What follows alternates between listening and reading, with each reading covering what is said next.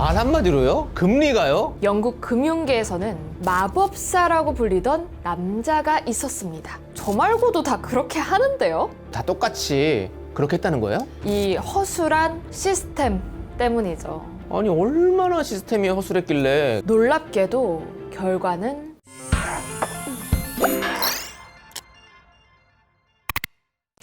안녕하세요. 안녕하세요. 반갑습니다. 반갑습니다. 장인님. 네. 아, 잠깐. 네. 일단은 네. 축하를 먼저 드려야 할 것 같습니다. 우후! 예. 아니, 얼마 전에 새신랑이 되셨잖아요. 네, 맞습니다. 너무 감사드립니다. 이제 뭐 식도 올리고 신혼여행 다녀오고 하니까 이제 좀 제대로 결혼한 것 같은 실감이 들더라고요. 결혼할 때 준비할 게 엄청 많다고 하더라고요.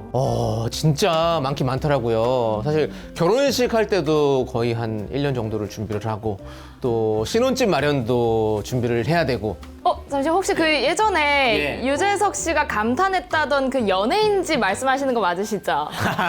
아니 그 집은 저 혼자 살던 집이고 이제는 신혼집을 새로 또 구했죠. 그 연예인 집 이런 거 아니고 이제 저는 뭐 새들어 사는 뭐 그런 세입자입니다. 네. 잠깐만, 그러면은 새 들어서라면은 네. 좀 어떻게 저는 지금 전셋집으로 살고 있어요. 예. 전세? 그럼 신혼집 구할 때 좀 가장 눈여겨 보셨던 게 뭐였어요? 세를 들어갈 때 또 대출을 좀 받았거든요. 네네. 그래서 좀 금리를 좀 눈여겨봤던 것 같아요. 요즘엔 또 워낙에 또 한치 앞을 모를 때라 가지고 금리가 되게 중요하잖아요. 예. 금리 너무 중요하죠. 네. 그럼 혹시 이 금리가 어떻게 정해지는지 알고 있으신가요? 금리요? 한국은행에서 뭐 이런 식으로 뭐 이렇게 금리를 정하지 않나요? 맞아요, 뭐 맞아요. 정하는 곳이 있지 않나요, 따로? 맞습니다. 네. 원래 기준금리라면 그렇죠. 그런데 오늘 우리가 이야기할 금리는 조금 다릅니다. 금리를 정하는데 다를 수가 있어요? 다 똑같은 거 아닙니까? 창희 씨는 지금 금리가 좀 어떻게 됐으면 좋겠어요? 저는 이제 돈 빌린 입장으로서 금리가 낮아졌으면 당연히 좋겠죠. 그쵸? 예. 오케이, 잠시만 기다리세요. 나 그 땡땡 연예인데, 방금 창희 씨 부탁을 받아가지고, 오늘 금리를 좀 낮추자. 그 몇 퍼센트 정도 낮아졌으면 좋겠어요. 저는 뭐 0.1%라도 낮아지면 좋죠. 한 그 0.1% 정도 낮게 하자. 아니, 오늘 창희 씨랑 촬영해서 기분도 좋은데, 그래, 그렇게 해줘. 응? 지금 뭐 하시는 거예요? 아니, 뭐, 예. 뭐 하냐뇨? 방금 금리가 낮아졌잖아요. 아니 이렇게 말 한마디로 금리가 낮아질 수가 없잖아요. 아니요. 지금부터 제가 할 이야기 속에서는 가능합니다. 이 창희 씨의 말 한마디로도 금리가 움직일 수 있었던 때가 있었거든요. 말 한마디로요? 금리가요? 네. 심지어 세계 금융시장을 쥐락펴락할 수 있는 금리를요.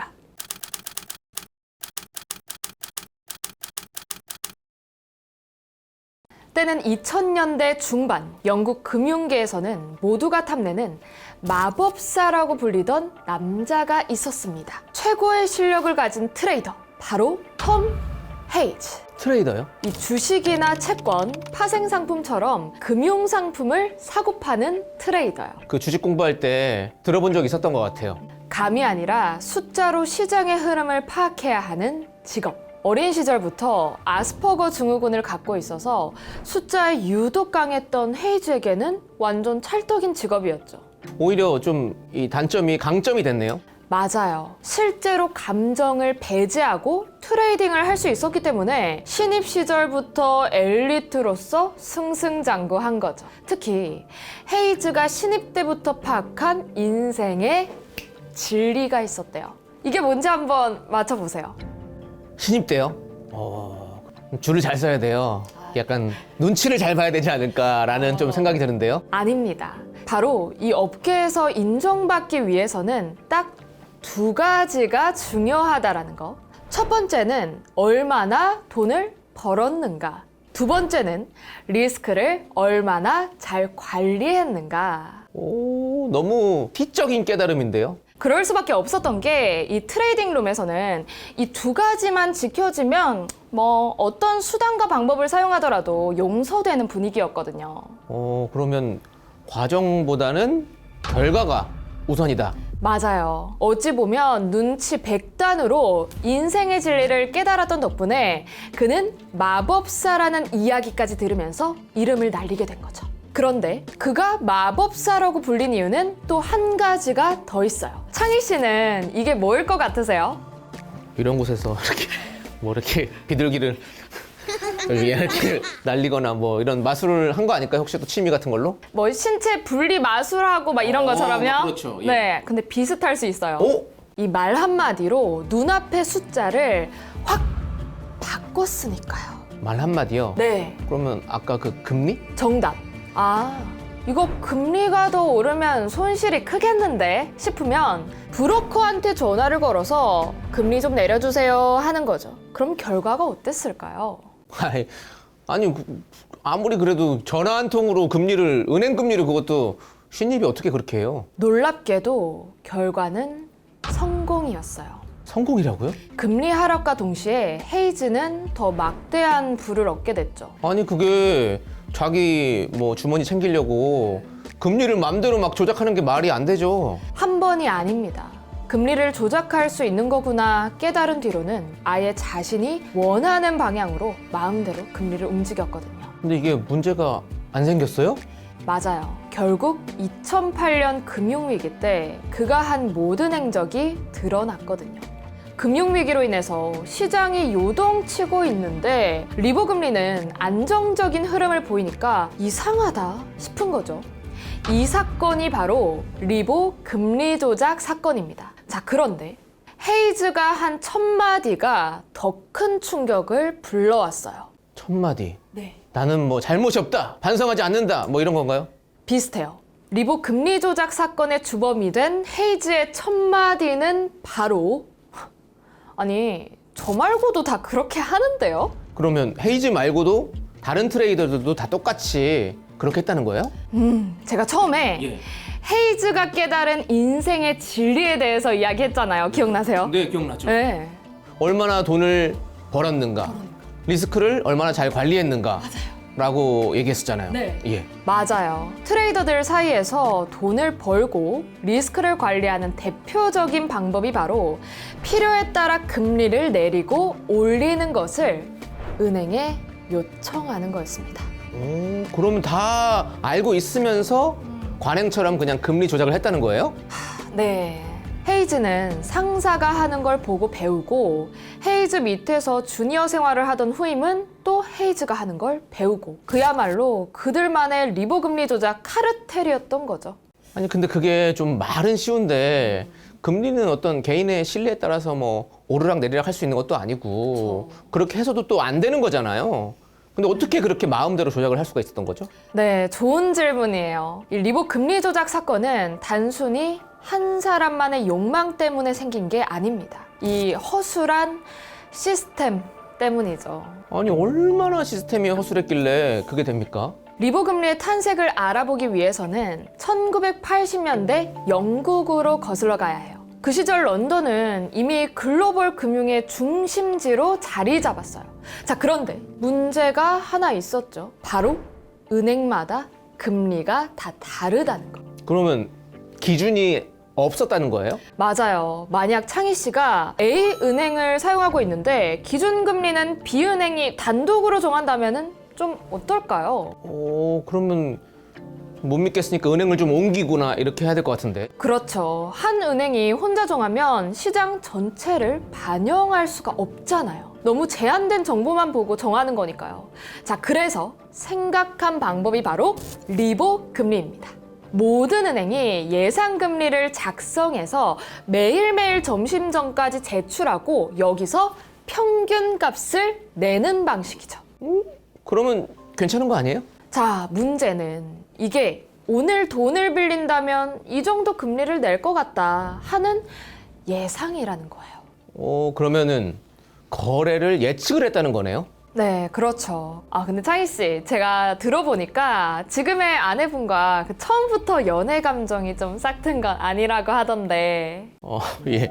처음에는 이제 좀 저를 좀 부담스러워했죠. 예. 그래서 저는 뭐 이 친구가 마음에 들어서 계속해서 좀 이렇게 두드렸는데 뭐 성사가 안 되다가 어느 날 갑자기 먼저 연락이 와가지고 이제 지금 결혼까지 가게 된 거죠, 이제. 너무 설레는데요. 아니, 저는 고통의 시간이었습니다. 예. 그때 창희 씨는 이 연락이 올 걸 좀 예상하셨나요? 아니요, 전혀 예상을 안 했어요. 이제 마음을 다 접었던 상태였거든요. 봐봐요. 이 예. 연애를 하는 것도 예. 이 예상을 못 하잖아요. 네. 혹시 뭐 내일은 얼마 정도 돈을 쓸지 예상 가시나요? 아니 대충 어느 정도는 뭐 가늠이 가겠지만 또 혹시 만약에라는 게 있으니까 정확하게는 힘들겠죠. 자, 우리는 일상의 간단한 일도 한 치 앞을 예상 못 하는데 은행들은 이 수많은 사람들의 거래를 추정해서 그걸 기반으로 예상 금리를 작성한 거예요. 완전히 그 뭐 검증할 수 없는 수치라는 거네요. 그래서 실제로 은행들이 금리를 작성하는 걸 따라해 보자면은 이랬대요. 막내야, 오늘 금리 얼마일 것 같아? 아, 그럼 그렇게 작성해서 보내. 아니 무슨 금리를 그렇게 그냥 대충 정했다고요? 아니, 그러니까 이용하기도 너무 쉬웠던 거죠. 그냥 친한 지인들이 부탁하면은 고급 스시 저녁 한 끼 또는 샴페인 한 잔에 금리 조작을 해줄 정도였으니까요. 와, 아니 이게 좀 무엇보다도 투명하게 이루어져야 할 금융 시스템이 그냥 없는 거나 마찬가지였네요. 그런데 아무리 금리를 작성해서 내는 시스템이라고 하더라도 이걸 뭐 평가하는 역할도 없었다는 게 말이 돼요? 너무 중요한 핵심을 찔렀습니다. 리보 조작이 가능했던 구조적인 이유는 스포츠에 비유하면 정확하게 이해할 수 있어요. 스포츠? 아, 근데 또 창희 씨가 예. 그 인천의 그 메시였다고 제가요? 하시더라고요. 아니요, 저는 메시 아닙니다. 아니에요? 예, 근데 아니 저도 뭐 예전에 빠를 때는 스피드가 있을 때는 공격수 좀 했었죠. 그럼 뭐 경기에 필요한 역할이 좀 뭐가 있을까요? 뭐 선수들 있어야 되고, 네. 그다음에 감독도 있어야 되고, 뭐 심판도 있어야 되고 이 정도 아닐까요? 예. 그럼 경기에서 네. 심판이 어떤 역할을 하죠? 뭐 심판은 뭐 반칙을 하면 경고도 주고 뭐 퇴장도 시키고 뭔가 페어 플레이를 하기 위해서 공정하게 룰을 적용하는 어떤 그런 역할이겠죠. 그렇죠. 스포츠의 비유를 하자면 리보 금리 시스템은 경기를 직접 뛰는 선수와 감독이 동일 인물이라고 볼 수 있습니다. 그러면 뭐 룰을 적용하는 사람이 없다는 거네요. 정확해요. 검증 체계도 없고 룰도 없으니까 은행 내부에서는 청탁이나 공모가 만연할 수밖에 없었고요. 은행 자체로만 보면 우리 금리가 너무 높게 나타나면 좀 건전성이나 파산 위험이 있다는 걸 들키지 않을까 하면서 실제보다 낮게 작성하는 경우도 있었대요. 그러면 이제 단순하게 볼 때 한 사람의 문제라는 게 아니라는 거네요. 네, 맞습니다.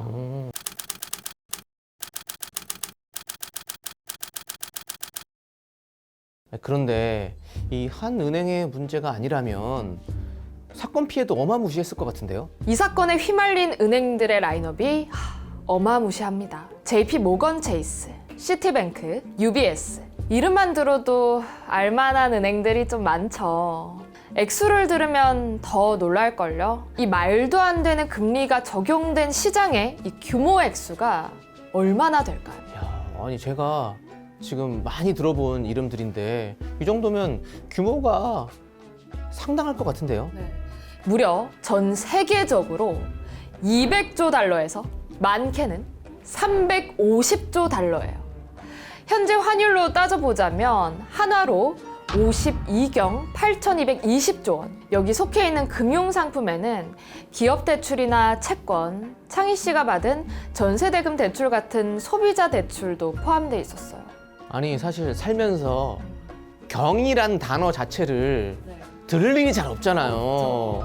근데 이렇게 많은 돈을 그럼 피해를 받은 사람 수도 엄청 많을 것 같은데요? 금리 조작으로 이득을 취한 사람도 있겠지만 대부분은 조작이 된다는 사실도 모른 채 당한 우리 같은 평범한 사람들이었겠죠. 그렇죠. 다들 뭐 열심히 살아보겠다고 뭐 아등바등 이렇게 발버둥 치는 건데 아니 만약에 저라면 이거 너무 배신감이 들 것 같은데요? 특히 돈이 걸린 문제는 더 예민할 수밖에 없잖아요. 리보 금리 조작 스캔들이 전 세계적으로 확산되면서 이 시스템에 대한 신뢰 역시 완전히 박살날 수밖에 없었죠. 박살 나야죠. 예. 조작한 사람들도 국민들을 완전히 기만한 죗값을 치러야 되죠. 예.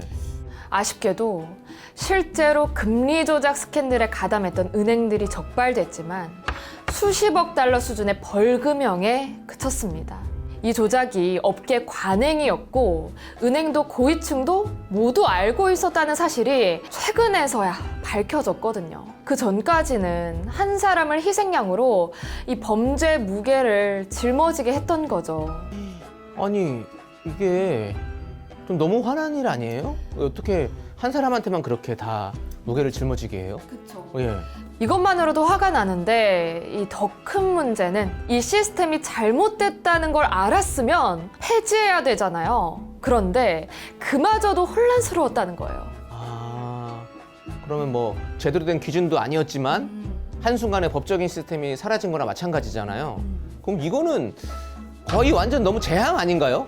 엄청난 재앙이죠. 제일 큰 이슈는 바로 터프레것이었어요. 계약을 체결할 때까지는 분명 리보 금리를 적용했는데 계약이 아직 한참 남았는데 그 금리 시스템이 사라져버린 거예요. 지금 들어보면 리보 금리는 없어지는 게 맞는데 그쵸? 이렇게 계약들이 얽혀 있으면 이 계약이 끝날 때까지 유지할 수도 없고 이거는 어떻게 해야 되는 거예요? 사실 방법이 아예 없었던 건 아니에요. 혼란을 최소화하기 위해서 금융기관들이 선택한 3가지 방법이 있었거든요. 그래도 3가지 방법이 있네요. 희망이 보이죠? 예. 어떤 방법인가요? 첫 번째는 그냥 계약서를 다시 쓰는 거예요. 새로운 대안금리를 적용해서 말이죠. 근데 이게 뭐 아까 뭐 경이라는 단어가 나올 정도인데 계약이 한두 개가 아니잖아요. 근데 그거 언제 다 써요? 맞아요. 수십만 건의 계약서를 다시 쓴다는 것은 사실상 너무 복잡한 일이잖아요. 그래서 2번째 방법이 나왔어요. 국제 공통규칙을 만들어 버린 거예요. 야, 이게 공통규칙이 이제 만들어지는 거예요? 네. 아, 나쁜 역사는 반복되면 안 되니까요. 뭐 이런 상황이면 이 금리로 자동 전환한다 같이 전 세계의 금융기관이 함께 쓰는 국제 표준 프로토콜을 적용해 버리는 거죠. 자, 그런데 여기에서도 해결 안 되는 계약들이 있었습니다. 아니 이렇게 규칙까지 만들었는데도 해결이 안 되면 그건 어떻게 해요? 법으로 해결하는 거죠. 법으로. 국가별로 특별법을 만들어서 기준을 세운 겁니다. 그야말로 할 수 있는 최대한의 방법으로 총동원해서 금융대란을 어떻게든 막은 거죠. 이래서 진짜 이 나쁜 짓 하는 사람들 따로 뭐 해결하는 사람들 따로 이런 것 같아요. 아 그런데 또 세계 금리라고 하면 우리나라에도 영향이 좀 있을 것 같긴 한데. 물론이죠. 이 금리 자체는 국가가 정할 수 있지만 세계 정세를 반영하긴 해야 하니까요. 아니, 한국에서도 조작이 있었다고요? 2012년 CD 금리 담합 의혹입니다. 돈을 잘 벌기 위해서? 무려 3개월 동안이나 CD 금리가 거의 움직이지 않았거든요. 이거는 좀 이상하긴 하네요. 이제 금리는 사람이 정해서는 안 된다. 그럼 누가 정해요? 사람 말고 거래가 정하게 하자.